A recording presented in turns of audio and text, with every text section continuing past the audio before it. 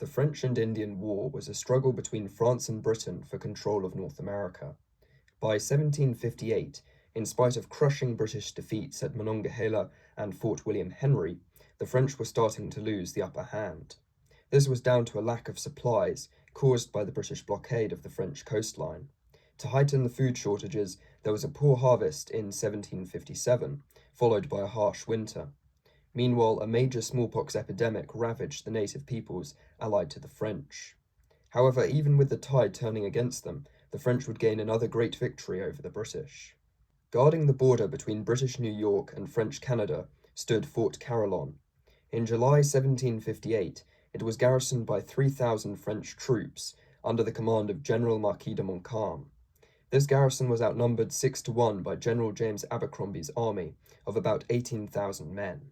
However, only 6,000 of these troops were British regulars, the 42nd Highland Foot being the largest regiment in this force. The rest were American provincials, along with a handful of Rogers Rangers and allied natives. On the 6th of July, this vast force disembarked from boats on the northern shores of Lake George. Rather than wait for the artillery to arrive, Abercrombie decided to quickly launch an assault, fearful that 3,000 French reinforcements were on their way.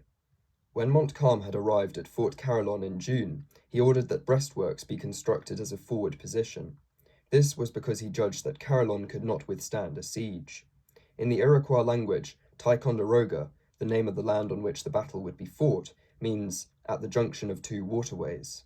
These two waterways were the Le Chute River and Lake Champlain, which would squeeze the British into a bottleneck. The French had hidden much of their wooden breastworks with leafy branches. Therefore, the British could not accurately observe how strong they were from atop the vantage point of Rattlesnake Mountain. In front of the French positions was an abattis of sharpened treetops and branches, a formidable obstacle. However, Abercrombie was unfazed by Montcalm's preparations and ordered his troops to form up for an attack. Once the light infantry and rangers had forced French scouts to withdraw, the British columns began their fateful advance. The British onslaught, which started at 12:30 p.m., was piecemeal and uncoordinated. First into the Hailstorm were the New York provincials on the left flank. They were followed by the rest of the British forces. The 42nd Highlanders demanded that they join in the assault rather than stay in reserve.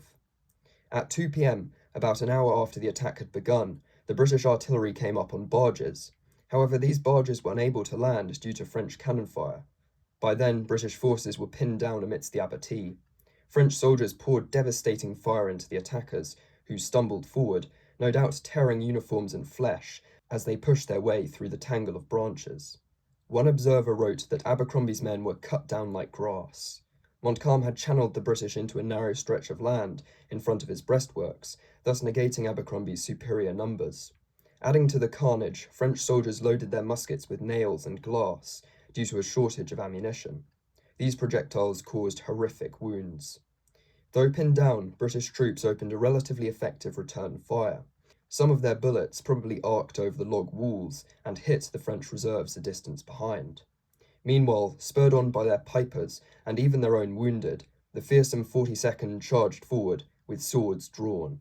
One French officer wrote, "The Highlanders attacked with the greatest fury." At about 5 p.m., a handful of determined Scots made it over the breastworks, led by Captain Lieutenant John Campbell, who stood at 6 feet tall. Montcalm launched a counterattack with his grenadiers, who bayoneted Campbell and a number of his comrades. A few Highlanders were compelled to lay down their swords and surrender. The 42nd refused to withdraw from the hopeless battle until they ran out of ammunition.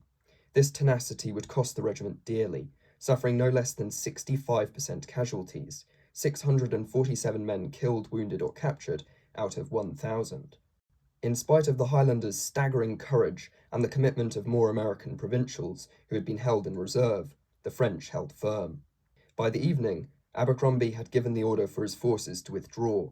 Shaken British troops fled in disarray through the darkening forest down to Lake George. In the morrow, the British army was rowing back up the lake, away from Fort Carillon, in shame. Meanwhile, Montcalm's soldiers celebrated the British retreat with beer and wine. The Battle of Carillon was the costliest engagement in the French and Indian War, with about 2,500 British and 400 French casualties. Impressed by their gallantry, King George III rewarded the 42nd Highlanders with the honourable title of a Royal Regiment that month. Major Duncan Campbell, leader of the 42nd at Carillon, perished from the wounds he received during the assault. He had been cursed by the ghost of his cousin to die at Ticonderoga, having sheltered his cousin's murderer, according to legend.